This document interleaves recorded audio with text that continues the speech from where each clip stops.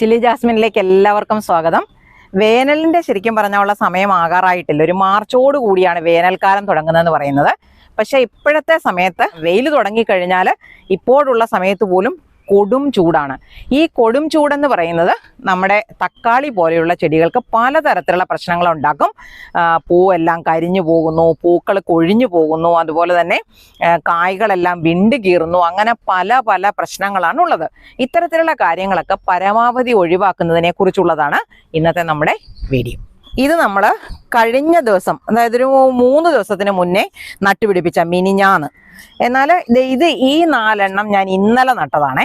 അപ്പം നമുക്കിത് ഇവിടെ 2 ഇടത്തും കൂടെ 2 ചുവടും കൂടെ നടാവേ. അപ്പം തക്കാളി നടുമ്പോൾ, തക്കാളി നടാനായിട്ട് ഞാൻ എടുത്തു വെച്ചിരിക്കുന്നത് ഈ തൈകളാണേ.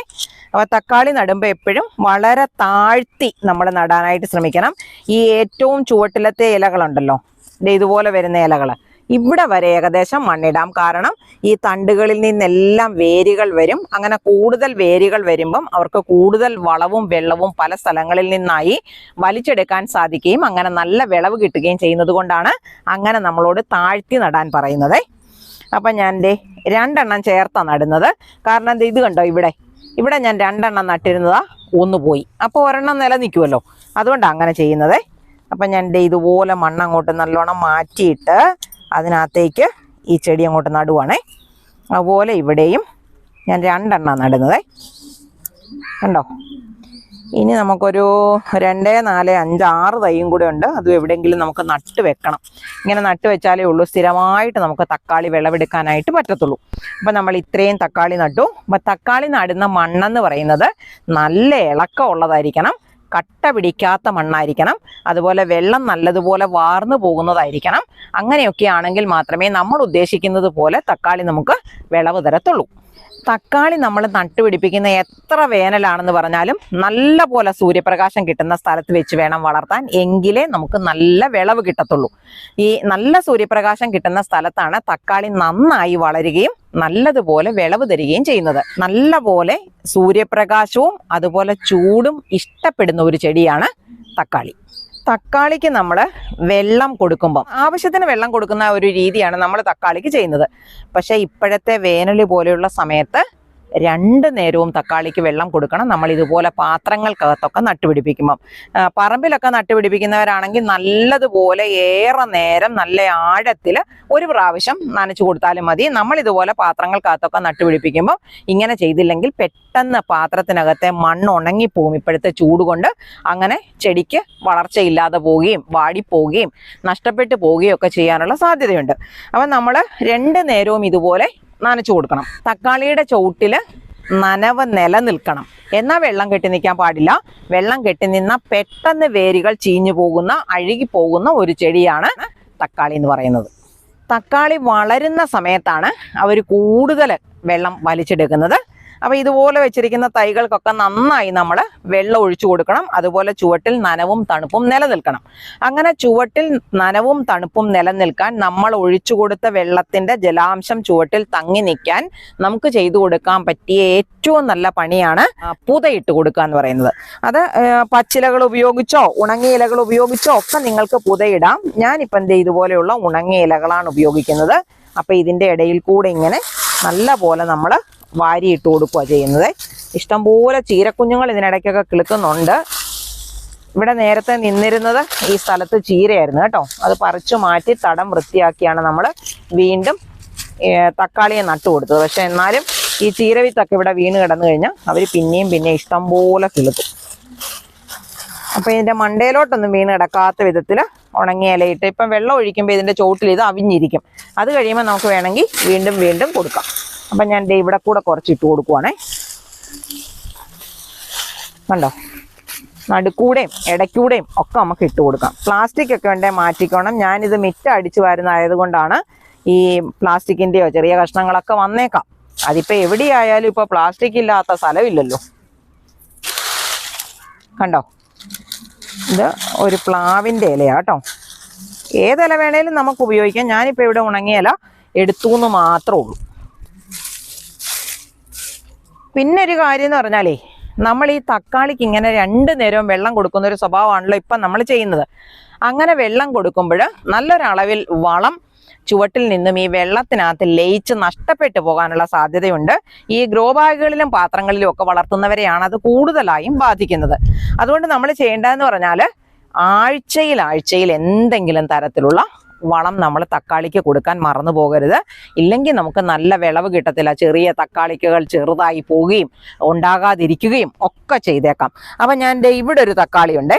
അപ്പം നമുക്ക് അതിനൊന്ന് വളം ഇട്ട് കൊടുക്കാം.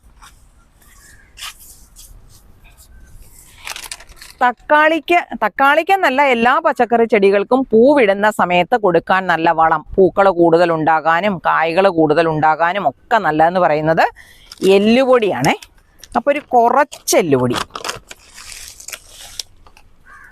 കണ്ടോ, ഇതുപോലെ കുറച്ച് എല്ലുപൊടി എടുത്ത് ഈ ചെടിയുടെ ചുവട്ടിലായിട്ട് ഇട്ട് കൊടുക്കാം. നമുക്ക് 2 പ്രാവശ്യം ഞാൻ ഇട്ടിട്ടുണ്ട്, ചുവട്ടിലെല്ലാം എത്താൻ വേണ്ടിയിട്ടാണേ. അങ്ങനെ ഇട്ട് കൊടുത്തിട്ട് ഞാനിപ്പോൾ ചെയ്യുന്നതെന്ന് പറഞ്ഞാലേ ഇത് നമ്മുടെ ജൈവ സ്ലറിയാണേ. അപ്പോൾ ഞാൻ ഈ കപ്പിനകത്ത് കുറച്ച് അധികം വെള്ളം എടുത്തു വെച്ചിട്ടുണ്ട്.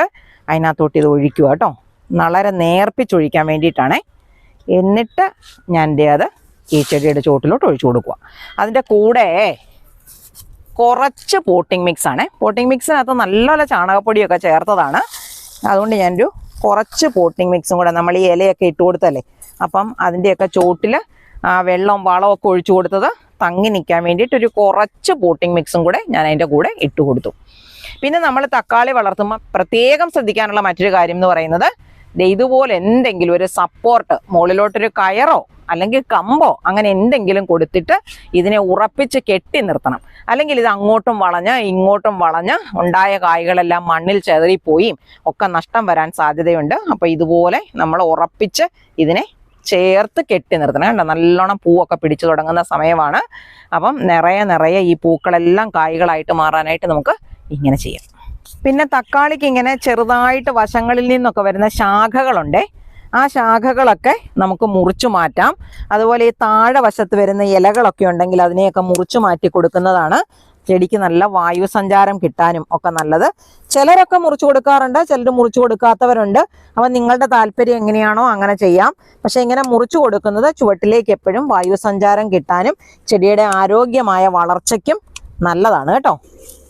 അപ്പം ഞാൻ കുറച്ച് കമ്പൊക്കെ വെട്ടിക്കൊടുത്തു. ഈ തക്കാളിക്ക് കണ്ടോ, ഇലകളുടെ ഇടയിൽ നിന്ന് ഇതുപോലത്തെ സക്കർ വരുന്ന കണ്ടോ. ഒന്നുകിൽ നമുക്കത് കൈകൊണ്ട് ഇങ്ങ് ഒടിച്ചെടുക്കാം, അല്ലെങ്കിൽ കത്രിക കൊണ്ട് ഇതുപോലെ മുറിച്ചെടുക്കാം. കണ്ടോ, ഇപ്പം ഇതിന് 2 സക്കർ എടുക്കാൻ പറ്റിയിട്ടുണ്ട്. പിന്നെ ഞാൻ താഴെയുള്ള ഇല അങ്ങ് മുറിച്ച് കളയുവാണേ. താഴെയും നല്ലപോലെ സക്കറുകൾ വന്നിട്ടുണ്ട് ഇതിന്. ഇങ്ങനെയുള്ള സക്കറുകളെ നമ്മൾ നിർത്താതെ മുറിച്ചു മാറ്റുന്നതാണ് ചെടിക്ക് നല്ല ആരോഗ്യമുള്ള വളർച്ച കിട്ടാൻ നല്ലത്. അപ്പം ഇങ്ങനെ നമ്മൾ മുറിച്ചെടുക്കുന്ന സക്കറുണ്ടല്ലോ, അത് കളയണ്ട.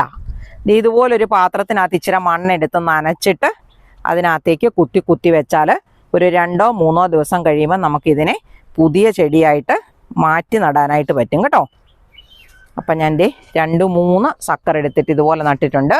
പിന്നെ ഇവിടെയൊക്കെ വരുന്നുണ്ട്. അപ്പോൾ അതിനെയൊക്കെ നമ്മളിങ്ങനെ എടുത്ത് നട്ടാൽ പുതിയ ചെടിയാവും. വെള്ളം ഒഴിച്ച് വെച്ചാൽ മതി, തണലത്ത് വെക്കണം കേട്ടോ.